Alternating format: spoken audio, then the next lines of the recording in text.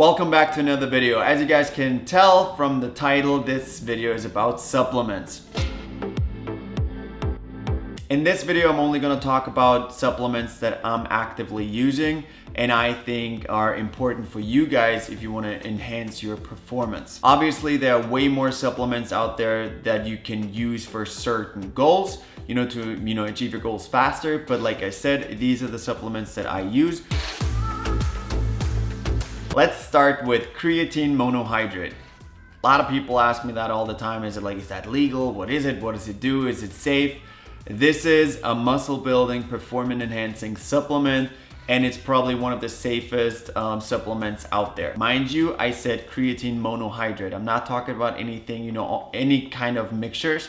I'm not even gonna talk about that. I really wanna focus on creatine monohydrate. What is creatine? What does it do in your body? The main reason why you should take it is because creatine will help you maintain energy throughout a high intensity workout. Another thing that I want to mention is that I'm talking about workouts at the gym. I'm not talking about marathon runners or like any endurance training. I'm talking about resistance training. So we got number one, it helps maintain energy levels throughout the workout. So number two, how much should I take? When should I take it? What's the deal with it? I recommend taking 5 grams per day, and you do not have to cycle it. So it's not like, okay, I'll take it for 2 weeks and then I have to take a week off.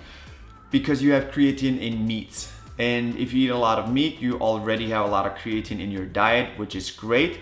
And you probably don't even have to supplement creatine. I would still do it, but the benefits won't show as much as, for example, for me, because I'm on a plant-based diet, so I don't eat any meat. So I need to supplement creatine through creatine monohydrate. Some people recommend a loading week when you're very new to creatine and you've never used it, to have 20 grams per day for 1 week and then reduce it to 5 grams per day.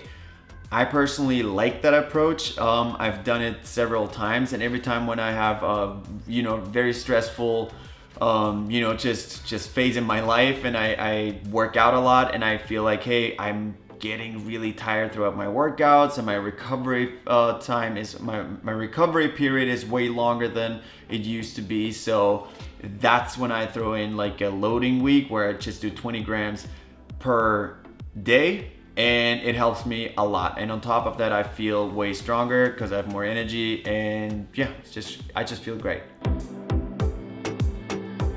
Next supplement I want to talk about are branched chain amino acids. In short, bcaas. I'm gonna make this very simple because I've always been a good learner when it's when it makes sense and it's not too complicated. So I want to break this down so you just get the idea of what each supplement does. So bcaas give you energy throughout your workout. Therefore, it's good to take bcaas before or during your workout. bcaas, essential amino acids: leucine, isoleucine, and valine. These three you cannot produce. So your body cannot produce those amino acids, which means you have to take them through diet or supplementation. To make it very simple, if you take bcaas before or during your workout, you will increase the energy level within your body. And on top of that, bcaas help regulate protein metabolism, which means it doesn't break down protein because you have more energy. So now with more glycogen in your muscles, you won't lose any muscle mass because your body has enough energy to, sustain the workout routine. One question that I frequently see is, are you natural or do you take protein powder? So these two have nothing to do with each other, because you can be natural and take protein powder, and you eat protein. It's just, protein in powder form. Let's swing back to protein powder. When should you take it? Why is it good for you? How many grams of protein should you take? Especially after a workout, I immediately have a protein shake because I want to make sure that I feed my body with protein to recover faster and make sure that my body can use that protein to build up that muscle again. If you want to know how many grams of protein you should take, check out this video up here. I made a video about how to calculate your macros. This video will help you out a lot. Basically, you can use protein powder throughout your day to just increase your protein intake. For example, if it's like 4 p.m. and you realize, oh, I only had like 2 meals, and I had like 30 grams of protein, it's not a lot. Like I usually have 30 grams in one meal. I use protein powder in between meals just to increase my protein intake without having, you know, to sit down and cook something and eat, and like just it's a lot of time. Like with a shake, you just drink it and you're done, and you know, check,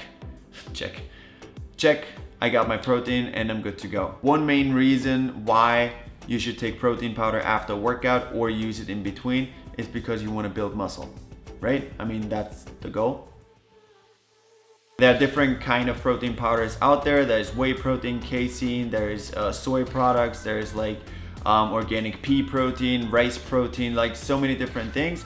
I am on a plant-based diet, so I personally use organic pea protein.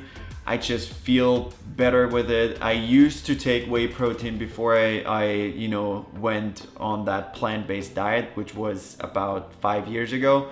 So yeah, it works perfectly for me. I love the vegan protein powders. They're very smooth and make me feel good. Don't make me gassy whatsoever. I know a lot of people think that plant-based protein powder makes you gassy, but for me it was the other way around. Like the whey protein, yep, and now I just feel like, you know, I feel healthy. Let's talk about glutamine. Glutamine is a very important supplement and I like it a lot. It is not something, it's a non-essential amino acid, but it won't help you with like an insane pump or muscle growth or endurance or like, you know, like caffeine. It won't make you hype.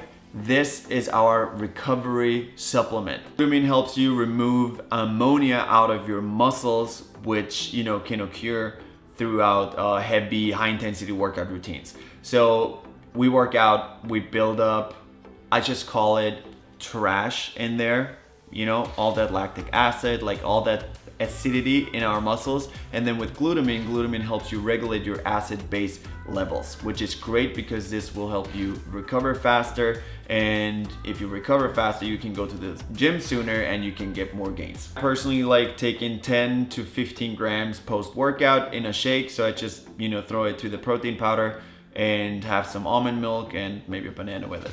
A lot of people swear by it. Some people say they don't need it.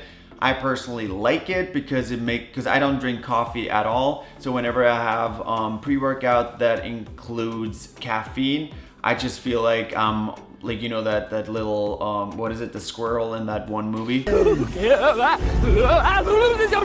I just have a lot of energy and I feel like I'm very focused and yeah, just tons of energy. I would recommend switching it up a little bit. You know, maybe test it. Like when you know you have like a very intense workout ahead of you, take a pre-workout that includes caffeine. If it's just like an arm routine, I personally don't take caffeine for like an arm workout because it's just like a small muscle group. I'm not gonna be super exhausted. Obviously my arms are gonna be tired, but you know what I mean? Like after a leg day, your entire body, you're just exhausted because it's like, you know, compound movements rather than just doing a curl. My suggestion is that you look at your workout, and whenever you feel like, oh, this is a hard workout for me, I'm always, you know, extremely tired, or I need to be focused for this one, take caffeine. And if it's like a smaller workout, then don't. So you switch it up and your body gets not used to like every single day like 200 milligrams of caffeine. It's a good range. What's like really good? I would say between 100 to 300 milligrams of caffeine is okay. But I would start at the lower milligram first, because if you try like 300, like when I first started taking pre-workout and I wasn't used to caffeine and I took like a 200 milligram, you know, pre-workout, I was shaking because my body was not used to that. So if you're completely new to this, please make sure that you start very low to not stress your body too much in the beginning. Like slowly build it up. Guys, so these were the supplements that I personally use or have used in the past, and I've seen great results. As I mentioned earlier, this entire video was for resistance training only. Like, I'm not talking about endurance training. So if you want to run a marathon, some of the supplements that I talked about today won't help you to achieve your goal faster. Alright guys, that's it for today. I hope you enjoyed this video. If you did, I would appreciate it if you leave a like, subscribe to my channel, and hit the notification button. That's always so hard to say for whatever reason.